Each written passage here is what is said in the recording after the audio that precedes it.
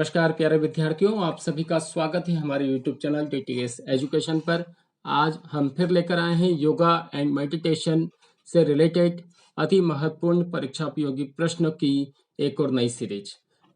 आज second series है, उसका पहला पार्ट हम आपके सामने प्रस्तुत करने जा रहे हैं। आशा करता हूँ आपको वीडियो पसंद आएगा और आप अगर ध्यान से पूरे प्रश्नों को सुनेंगे तो कहीं ना कहीं परीक्षा में बहुत उपयोगी होंगे और इनमें से कई प्रश्न आपकी परीक्षाओं में सम्मिलित हो सकते हैं। तो बिल्कुल प्यारे विद्यार्थियों, ध्यान से इस वीडियो को पूरा देखिएगा।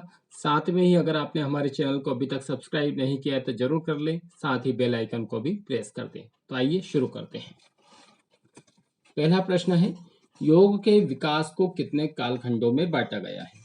प्रश्न क्या पूछा है, योग के विकास खंड को, जो योग का विकास हुआ है कितने कालखंडों में बांटा गया है। तो योग के विकास खंड को 5 कालखंडों में बांटा गया है।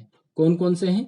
श्रुति काल, दर्शनों का काल, टीकाओं का काल, भक्ति एवं हठ योग का उत्कर्ष काल और आधुनिक काल।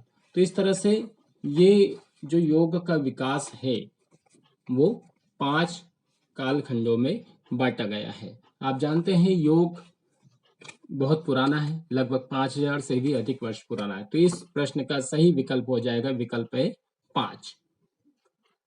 अगला प्रश्न है, सूर्य नमस्कार की पहली मुद्रा कौन सी है। सूर्य नमस्कार में आप विद्यार्थी जानते हैं 12 आसन होते हैं, 12 ही स्थितियां होती हैं। तो पहली मुद्रा कौन सी, मुद्रा मतलब कौन सा आसन है या कौन सी स्थिति है। तो 4 ऑप्शन दिए हुए हैं, हस्तोत्तानासन, पद्मासन, पादहस्तासन या फिर प्रणामासन। तो जो पहली स्थिति होती है वो है प्रणामासन। तो इस प्रश्न का सही विकल्प हो जाएगा विकल्प डी।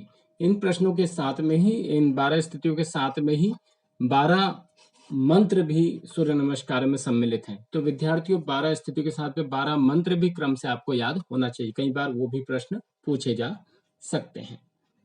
अगला प्रश्न है प्रश्न क्रमांक 3, नेति का संबंध निम्न में से किससे है। तो नेति का संबंध किससे है। नेति 2 प्रकार की होती है, जल नेति और रबड़ नेति या सूत्र नेति। तो नेति जब भी की जाती है तो वो नाक के माध्यम से की जाती है। तो नाक, गला, पेट या फिर त्वचा। तो 4 ऑप्शन आपको दिए हुए हैं। तो नेति का संबंध किससे हो जाएगा, ऑप्शन ए, नाक से।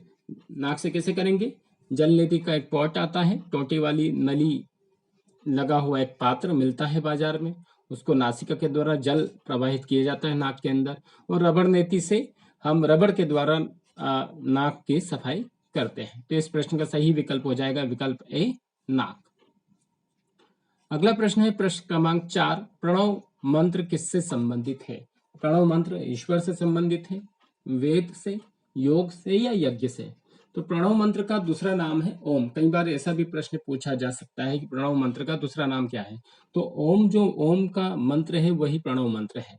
तो कई ग्रंथों में जब भी हम ग्रंथ की शुरुआत करते हैं, श्लोक की शुरुआत करते हैं मंत्र की, तो ओम शुरुआत में ही आता है। तो वेद से भी संबंधित है, योग से भी संबंधित है, यज्ञ से भी। लेकिन सबसे बड़ा जो प्रश्न है कि प्रणव मंत्र किससे, वो सबसे बड़ा ईश्वर है। ईश्वर के बाद ही सारी चीजें आई है, इसलिए हम कह सकते हैं कि प्रणव मंत्र किससे संबंधित है, ईश्वर से। तो इस प्रश्न का सही विकल्प हो जाएगा विकल्प ए, ईश्वर।